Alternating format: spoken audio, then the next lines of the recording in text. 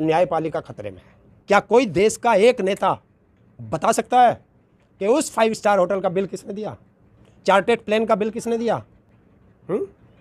22 लाख का खाना खा गए उस होटल में लेटे लेटे। कहाँ से आया ये पैसा, कहाँ से आया?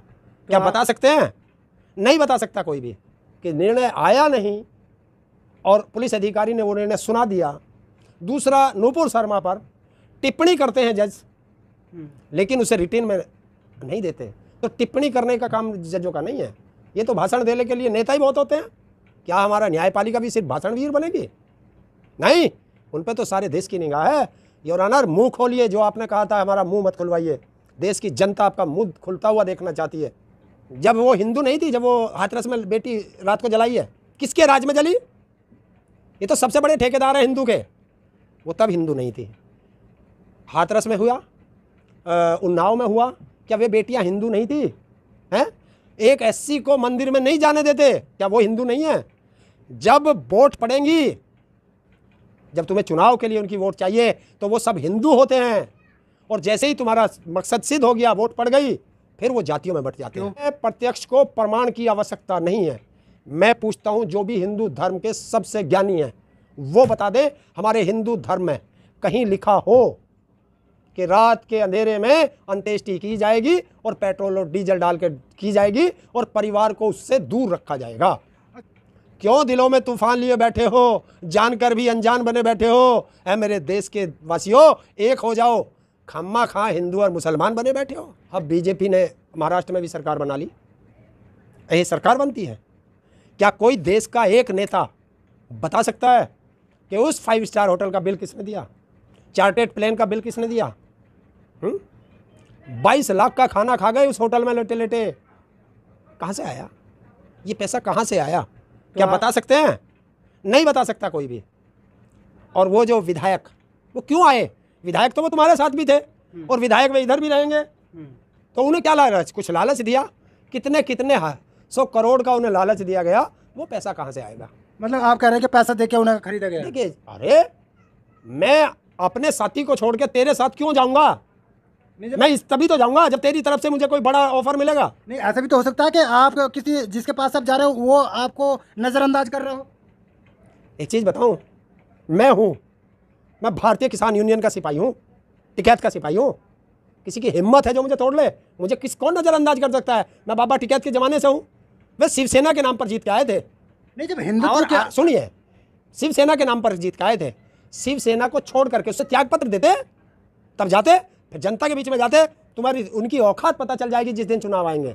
नहीं, अब कहा जा रहा है कि उद्धव ठाकरे ने जो हिंदुत्व की आइडियोलॉजी थी, जिसके तहत वो इलेक्शन बनाते थे, या उनका नाम था बाला साहब ठाकरे के बीच में, अब उन्होंने छोड़ दिया, नन पॉलिसी पे आ गए, तो इसलिए शिवसेना के विधायक का टेंशन। अच्छा, अगर तुम सबको साथ लेकर के चल रहे हो, तो मोदी क्यों कहता है सबका साथ सबका विकास? मोदी क्यों कहता है सबका साथ? मोदी कहाँ से आ गया? नहीं, क्यों कहता है मोदी? हिंदुत्व की आइडियोलॉजी पे चल रहे हैं वो अपनी राजनीति से हट जाते नहीं थे। मैं यही तो पूछ रहा हूँ, जो ये कह रहे हैं, जब वो हिंदू नहीं थी, जब वो हाथरस में बेटी रात को जलाई है, किसके राज में जली? ये तो सबसे बड़े ठेकेदार है हिंदू के, वो तब हिंदू नहीं थी। हाथरस में हुआ, उन्नाव में हुआ, क्या वे बेटियां हिंदू नहीं थी? हैं? एक एससी को मंदिर में नहीं जाने देते, क्या वो हिंदू नहीं है? जब वोट पड़ेंगी, जब तुम्हें चुनाव के लिए उनकी वोट चाहिए, तो वो सब हिंदू होते हैं।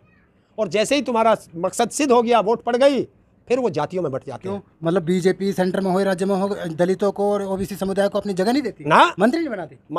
मंत्री बनाने से जगह दे दिया, और क्या होगा? मतलब वो मुझे ये बताओ, हाथरस में जो हुआ, बेटी रात को 2 बजे जली, और ये तो हिंदू हृदय सम्राट कहा जाता है? तो रात को हिंदू धर्म में कौन से ग्रंथ में लिखा है कि रात को अंत्येष्टि करेंगे, और वो भी डीजल पेट्रोल डाल के करेंगे? बता दे मुझे। तो ये तो उस धर्म के तो पक्के दुश्मन है जिस धर्म की वोट ले रहे हैं।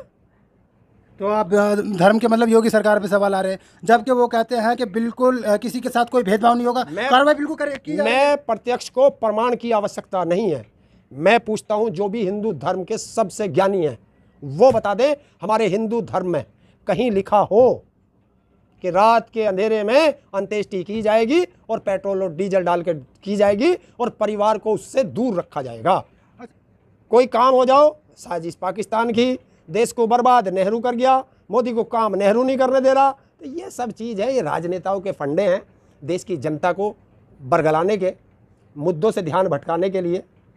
और देश की जनता से मैं तो अनुरोध करता हूँ कि क्यों दिलों में तूफान लिए बैठे हो, क्यों दिलों में तूफान लिए बैठे हो, जानकर भी अनजान बने बैठे हो, क्यों दिलों में तूफान लिए बैठे हो, जानकर भी अनजान बने बैठे हो। ऐ मेरे देश के वासियों, एक हो जाओ, खम्मा खां हिंदू और मुसलमान बने बैठे हो। जो वहाँ दिल्ली के डीसीपी मतलब कोर्ट का फैसला आने से पहले अपना फैसला सुना देते हैं कि उनकी बेल रद्द हो गई है, 14 दिन के अपने हिरासत में भेज दी जाएंगे, तो उस पर क्या कहेंगे? देखिए, न्यायपालिका खतरे में है और न्यायपालिका का निर्णय जज ने फैसला दिया नहीं और पुलिस अधिकारी उस फैसले को प्रेस में रिलीज कर रहा है, जानकारी दे रहा है, ये तो न्यायपालिका पे उंगली उठती है।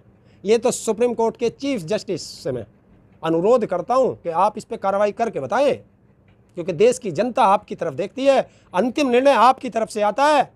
और ये निर्णय आना चाहिए कि वो जज साहब ने लीक करा या किसने लीक करा, कि उसके पास निर्णय आने से 5-6 घंटे पहले वो निर्णय कैसे पहुंच गया।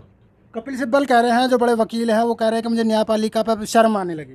क्या वो लगता है कि वाकई न्यायपालिका पर उंगली उठने लगी है या न्यायपालिका काम सही नहीं कर रही है? देखिए, काम सही कर रही है गलत कर रही है वो अलग चीज़ है, लेकिन जनता की उंगली उठने लगी है।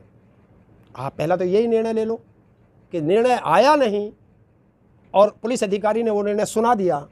दूसरा, नुपुर शर्मा पर टिप्पणी करते हैं जज, लेकिन उसे रिटेन में नहीं देते। तो टिप्पणी करने का काम जजों का नहीं है, ये तो भाषण देने के लिए नेता ही बहुत होते हैं। क्या हमारा न्यायपालिका भी सिर्फ भाषण वीर बनेगी? नहीं, उन पर तो सारे देश की निगाह है। योर ऑनर, मुंह खोलिए, जो आपने कहा था हमारा मुंह मत खुलवाइए। देश की जनता आपका मुंह खुलता हुआ देखना चाहती है। अगर आप भी मुंह पर पट्टी बांध कर बैठ गए तो जनता को न्याय कैसे मिलेगा? नहीं, जस्टिस CJI हैं जस्टिस NV रमन्ना, उन्होंने कहा है कि जिस तरीके से मीडिया में सवाल उठ रहे हैं, हम किसी के प्रति जवाब देने नहीं हैं। जिस तरीके से सोशल मीडिया पर इस तरीके कमेंट आ रही हैं और न्यायपालिका को लेकर, वो सही नहीं है। देखिए, न्यायपालिका एक निष्पक्ष संस्था है, लेकिन जब निष्पक्ष संस्था से सही सवाल ना उठे, सही आदेश ना हो, क्योंकि अभी मेरा मुकदमा अगर सुप्रीम कोर्ट में है, वहाँ 10-10, 20-20 साल से मुकदमे पेंडिंग चल रहे हैं, उन पे कोई निर्णय नहीं है। और दबादब नेताओं के मुकदमे आते हैं, मिनटों में सुन के पल्ली पार कर देते हैं। भाई ऐसा क्यों है? उन्हें भी लिस्ट में लगा दो ना। अच्छा, आप जिस तरीके से सूर्यकांत ने ये कहा, अपने बयान में लिखे, रिटर्न में नहीं दिया, जो सुप्रीम कोर्ट की बेंच के जज हैं, उन्होंने ये कहा था कि सब चीज़ के लिए, चाहे उदयपुर की घटना हो या जगह जगह जो भी हो रही है, उसके लिए नुपुर शर्मा जिम्मेदार हैं। आपको क्या लगता है? देश को एक एजेंडे में फंसा दिया। देखिए, एक चीज़ बताओ, ये आपको किसने बताया? जज साहब ने तो आपको नहीं बताया, वहां के किसी अधिकारी ने नहीं बताया, ये सब आपको बताया उस गोदी पत्रकार, मीडिया पत्रकारों ने। और वो किसके एजेंडे पे चल रहे हैं? क्योंकि तुम्हारा ध्यान भटकाना है, मुद्दों से ध्यान भटकाना है, सरकार का यही काम है।